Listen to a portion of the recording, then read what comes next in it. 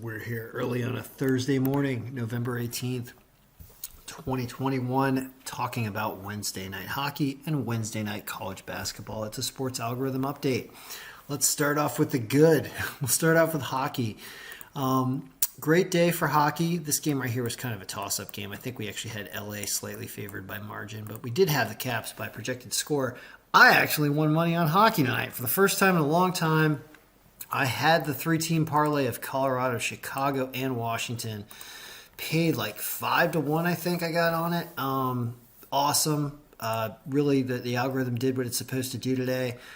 Colorado, too strong in the third period for Vancouver. Chicago, an off-the-wall hockey guy is just on a tear. I think he's won like 6 or 7 in a row.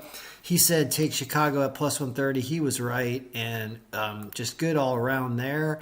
It's funny because the streak factor really pushed Chicago ahead.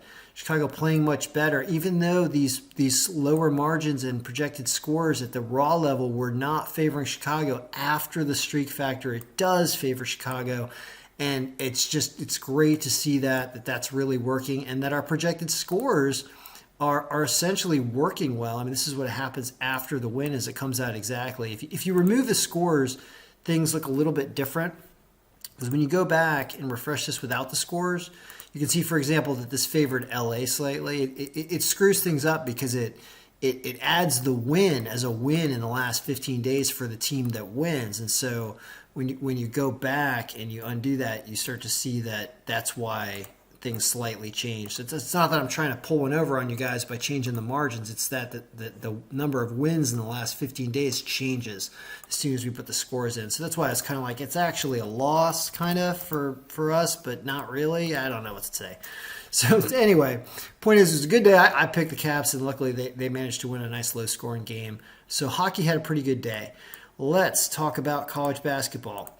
So I didn't have a lot of time to do this today. I was working on other work. You might see I made a payroll video. I was deep in New York City state tax all night, and I didn't get to watch any of these games or really follow them. But I can see that our home underdogs, our pot of gold picks, we only won one of them, and it was the highest one on the list. And that matters at least because you can see the margin was at least 31%. So Air Force does win. That's good. But Butler gets destroyed and loses by 21 points. And Sam Houston State gets destroyed. So those things are bad. And when I see that, well, here's what we're going to do to correct that, because we always make this thing better. I've been asked a few different times over the last couple of days about, hey, can you do a tutorial and show me how to update the algorithm, man? Can't you just do that so I can update it and we don't have to worry about you? And I'm like, well, I could, but here's the thing. You want to actually see what that looks like? It's not just copy pasting stuff in here. It's more complicated. When something like this happens, what I'm going to do tomorrow morning before I do the video for Thursday is I'm going to dig through all the standings here, and I'm going to look at those teams like Butler, and I'm going to compare them to the team that beat them. Let's see here. We need to look in values. I'm going to look over Butler stats here, and I'm going to look at all the different things that we're looking at, the offensive rating, the adjusted ratings, wins, losses, and I'm going to compare that to Michigan State and find out exactly where there were any areas where we should have been weighting one of the different statistical categories more. And that can be done all the way up here. This is the distribution that we're using of all the different standings. I'm going to see if there's a way to get Butler to show them to lose, or to at least not be favored as much.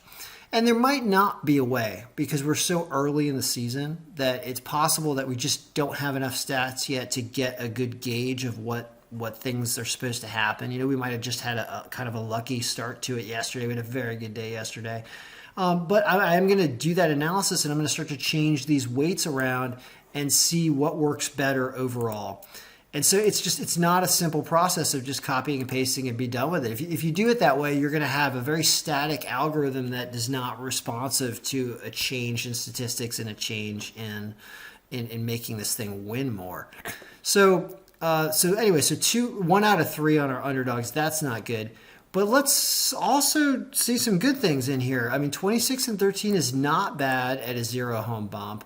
Let's talk about our home teams at this 0 home bump. I mean, this is still 15 in a row up top. And these are terrible lines, bad line. Some of these aren't bad. I mean, San Diego over UC Riverside, we said they were going to crush it by 30, or we said they were going to really kill it. They had no trouble covering, which it was already up to, by the way, 3.5 is what this moved to. I mean, we're doing videos now, and lines are moving almost immediately, and I trace that to the videos I do and to the emails I send out, because contrary to popular belief, there's not a ton of money going down on college basketball. So whenever we release something like this, and as people start throwing money down, I mean, sportsbooks just start changing their odds immediately. So there's a timing issue, but whatever, we'll talk about that later. So San Diego wins by 12 and has no trouble even covering the 3.5. I like to see that, right? So here's a pretty good line, no problem. Princeton wins by 19 over Marist. I mean, just a lot of wins up here. So there are some good things up here. I think the takeaway from today is a couple things. I'll talk about the home bump in a second, but the takeaway is the higher up on the list you are, we've got some really distorted margins, like large margins. They are winning, but down below, we're still iffy, and that makes a lot of sense. We're super early in the season. I mean, what should we expect with 2-3 games in the season for a lot of these teams? So that was the home team situation. Let's look at the away team situation. So away is bad. Away is bad with the exception of George Mason crushing Maryland at positive 5-10. That was kind of funny. What I say in the video, I go, Maryland's a good team. George Mason is like my local team. I used to be able to walk to George Mason from my house growing up. And so they come and win a game. Never listen to me, always listen to the algorithm. That would have been a great line to throw on the underdog thing. But they were away and only a 13% margin. But at least taking them at 11.5. Oh, it's so sad, right? But, look up here. Harvard wins. Not a problem. Even covers a spread. That's a 48% margin. But we only go 4-9.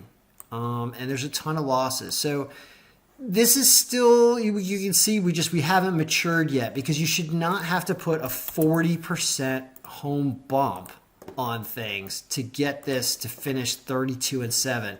That's basically saying that you don't have to think and just bet the home team every single game, and you're going to crush it. I mean, you're going to win 82% of your games, right? How many underdogs do you hit if you bet the home team? Look at this. You go 4-2 on your underdogs. You just bet every single home team, basically, right? Except for one. You do well on the spread. So it's just one of those secrets of college basketball that the home teams, they have nights like this where just home wins all over the place. So, I mean, okay day, certainly not good on the 3 underdogs we had, but still a lot of winning up top. And if you threw a lot of money on the big margin game up here, which is San Diego, you won and you covered.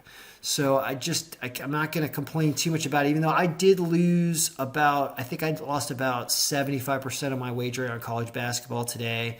I got screwed on one of these lines. Who was it? It was Texas A&M Corpus Christi moved to -2, and they only won by 2. And I took them -2 instead of -1.5. That killed me as a push. But other than that, it was kind of interesting data. We'll keep at it.